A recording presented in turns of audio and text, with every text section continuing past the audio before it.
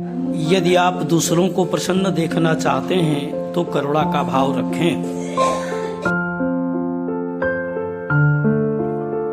सभी प्रमुख धार्मिक परंपराएं मूल रूप से एक ही संदेश देती हैं, प्रेम, दया और क्षमा। महत्वपूर्ण बात यह है कि ये हमारे दैनिक जीवन का हिस्सा होनी चाहिए। यदि आप दूसरों को प्रसन्न देखना चाहते हैं तो करुणा का भाव रखें। यदि आप स्वयं प्रसन्न रहना चाहते हैं तो भी करुणा का भाव रखें। हमारे जीवन का उद्देश्य प्रसन्न रहना है।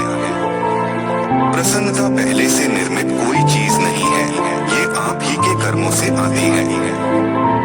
यदि आप दूसरों की मदद कर सकते हैं तो अवश्य करें, यदि नहीं कर सकते तो कम से कम उन्हें नुकसान न पहुंचाएं। यदि आपकी कोई विशेष निष्ठा या धर्म है तो अच्छा है, लेकिन आप उसके बिना भी जी सकते हैं। मेरा धर्म बहुत सरल है, मेरा धर्म दयालुता है। खामोश रहना ही कभी कभी बेहतरीन जवाब होता है। कभी कभी लोग कुछ कहकर अपनी एक प्रभावशाली छाप बना देते हैं और कभी कभी लोग चुप रहकर अपनी एक प्रभावशाली छाप बना देते हैं। अपनी क्षमताओं को जानकर और उनमें यकीन करके ही हम एक बेहतर विश्व का निर्माण कर सकते हैं। मंदिरों की आवश्यकता नहीं है, ना ही जटिल तत्वज्ञान की। मेरा मस्तिष्क और मेरा हृदय मेरे मंदिर हैं।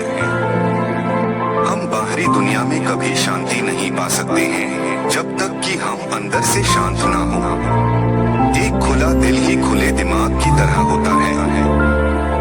गुस्सा आपके दिमाग की आंतरिक शांति को नष्ट करने का सबसे सरल उपाय है। एक छोटे से विवाद से किसी रिश्ते को टूटने मत देना। आपने जितना पाया और जितना दिया उसके आधार पर अपनी सफलता को परखिए। आप आकर्षण से ही दूसरे के दिमाग को बदल सकते हो, गुस्से से नहीं। हम धर्म और चिंतन के बिना भी रह सकते हैं, लेकिन मानवीयता के बिना हम नहीं रह सकते। ध्यान रहे कि कभी आप जो चाहते हो वो ना मिले तो भी आप लकी हो सकते हो।